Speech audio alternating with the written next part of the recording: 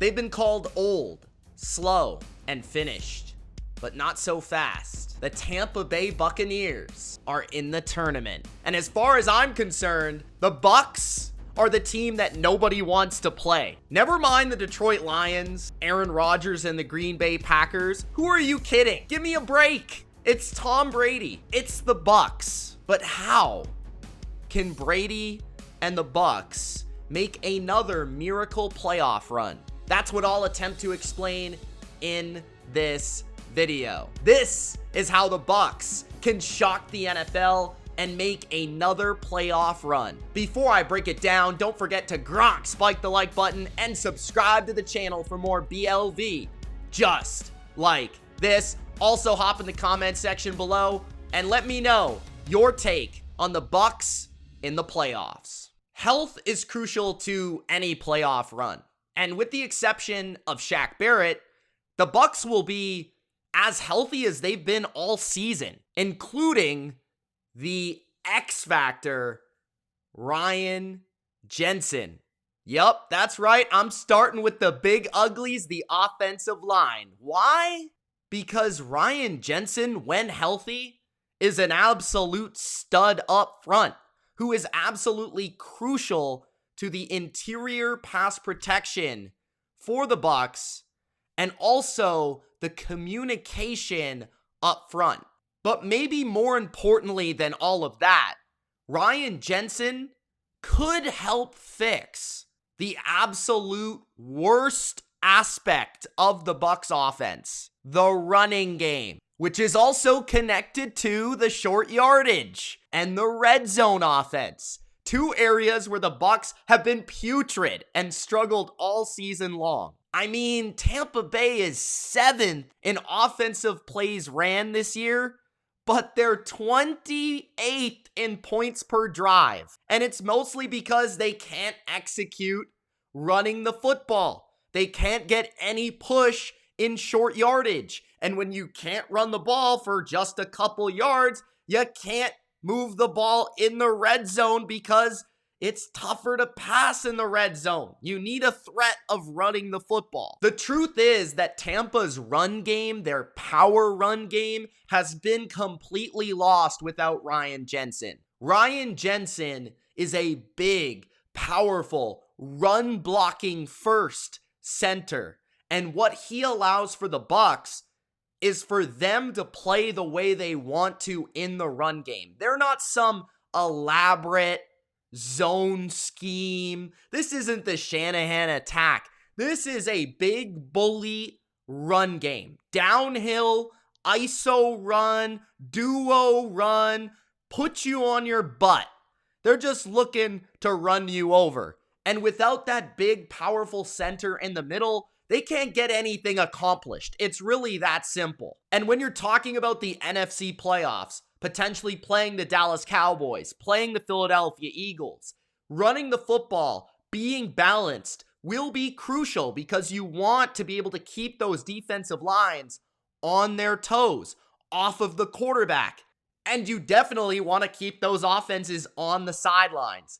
Having Ryan Jensen back will potentially open up the running game and make the greatest weakness of this football team much more respectable. Not only does Jensen help the run game, but he also allows this offense to play the way they want to play. This is an offense that wants to attack, and they want to attack down the field. But you can't attack down the field without protection, without time in the pocket, without the ability to survey the field. And I believe what we will see in the playoffs is a little bit more aggression from this Bucs passing attack because of the protection.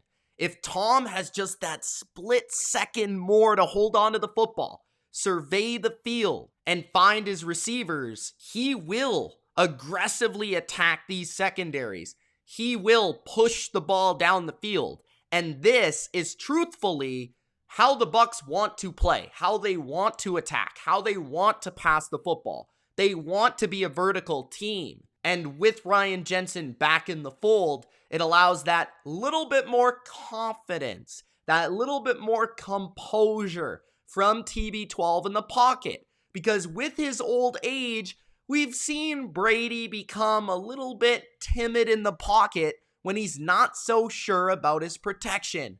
But when he has his big, reliable center in the middle, it makes him a lot more dangerous as a downfield passer because he's willing to hang in the pocket an extra second. The best way to make Tom feel more comfortable with his protection in the pocket and to create explosive pass plays is through play action. There has been no team that has used play action less this season than the Tampa Bay Buccaneers. And it makes no sense really because the Bucs are an elite play action team. Tom Brady is an elite play action quarterback and always has been. So Byron Leftwich, please utilize play action. If you need statistical proof, you average 2 yards more per attempt on play action than you do on traditional drop back pass plays. Utilizing play action is definitely a start to get back to that Bucs aggressive attack. But there are more ways that this Bucs offense could improve just by simply tweaking some things. When it comes to the playoffs and when it comes to playing in big games, you have to put the ball in your best player and players' hands. And the best way for this offense to succeed in the playoffs is by playing through the GOAT, playing through Tom Brady. And in order to play through Tom Brady, that means passing more on first down. Tampa Bay is actually 8th in EPA per dropback on first down, while being 31st on first down runs. And not only are you playing through Tom Brady and allowing him to kickstart this offense, but you're also playing through your best playmakers. You're playing through Mike Evans. You're playing through Chris Godwin. I've really liked what I've seen from these two receivers as of late. Chris Godwin has looked closer to his old self off of the ACL. It took him some time to get back to his explosive playmaking self, where he's breaking yards after catch, where he's making difficult, tough grabs over the middle of the field. But we're starting to see that more and more and more entering the playoffs. And then we also see Mike Evans getting that speed back to stretch defenses, to stress them vertically, to create big, explosive chunks down the field. And if Mike Evans is on and Chris Godwin is on, I don't care which defense you're playing, Tom Brady will get him the ball, and there'll be a tough offense to stop. Mike Evans can force double teams, and Chris Godwin can pick up first downs on the regular. When those two are rolling on offense, all of a sudden this Bucs offense, just the vision of it becomes that much more clear. You have Russell Gage as the short, intermediate, middle of the field route runner from the slot. You have Cade Otton as the check down option at tight end. You have Julio Jones as that explosive receiver. And you have the running backs, playoff Lenny and rookie Rashad, running and receiving. The final way that Tampa can play to their strength as an offense is by utilizing tempo. Even Gronk said that the Bucs need to utilize tempo more.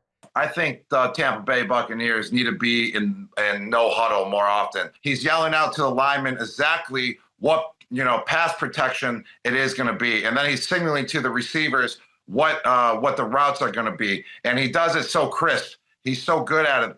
And I agree. What it does is it slows down the opposing pass rush, puts Brady where he is at his best.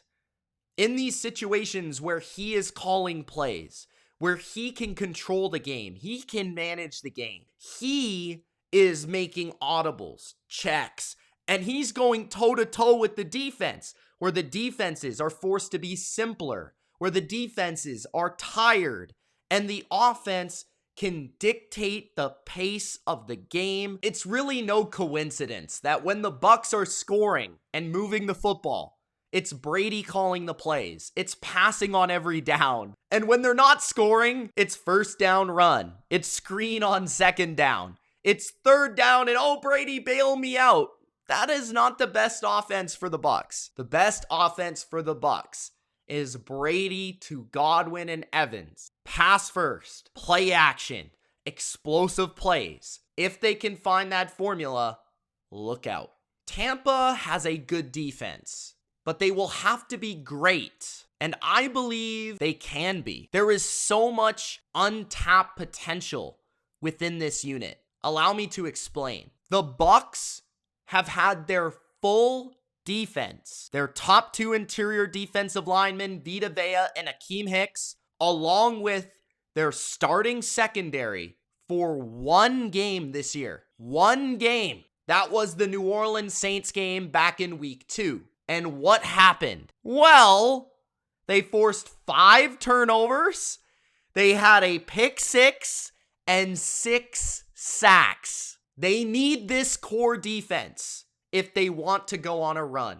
And when you really start to narrow it down and think about when the Bucs are playing their best defensively, what has to happen? First and foremost, they must stop the run. And the fact of the matter is, they are simply a different defense when both Vita Vea and Akeem Hicks are playing on this defensive line. The Bucs defense has featured Vita Vea and Akeem Hicks in 6 full games this season. Versus running backs, with these two on the field, they have faced 115 rushes for 379 yards and 3.3 yards per carry, which averages out to 63 yards per game. That would equate to the best run defense in the NFL. There have been games where they've been ran on with only Vita Vea, but no Akeem Hicks, with Akeem Hicks, but no Vita Vea. But when both play a majority of the game, they have yet to give up more than 4.2 yards per carry in a game. And that came versus the Cleveland Browns on 31 carries. This team is totally different defensively when those two big studs are playing in the middle of this defense. And when this defense stops the run, it opens up the rest of the playbook for Todd Bowles. That's where Todd Bowles can bring out his elaborate, dynamic blitz packages that he's known for. That third down confusion. And what that allows the Bucs to do as a football team is to be aggressive, to force turnovers, to cause mistakes, and ultimately win playoff games. And this is where the secondary comes in. Because remember, I stated that it's not just about the interior duo, but also the secondary. Why the secondary being healthy is also so crucial to this defense is because it allows Todd Bowles as a play caller and as a game planner of a defense to mix up coverage calls, to be more aggressive on the back end, to play maybe more man coverage than he would if he didn't have the full depth chart at his disposal. The ability to match up in different ways. The ability to call more man blitzes, or to be a little bit more risky because he can count on Carlton Davis, or he can count on Antoine Winfield Jr. to play their designed role within that scheme more so than the backup. Ultimately, having those guys in the back end affords a coordinator to be more aggressive.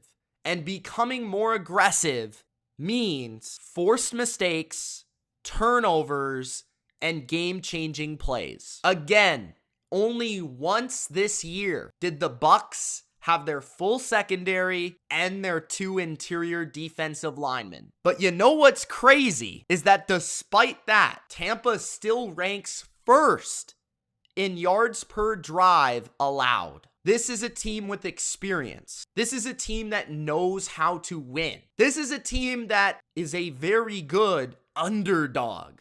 The formula appears to be there for them to put together a run. And if anybody can flip the switch, it's Tom Brady. After all, the Bucs are averaging 30 points per game in 2023. Thanks for watching this video. Don't forget to spike the like button and subscribe for more NFL BLV content just like this. Let me know your thoughts on the Bucs in the comment section below. Peace.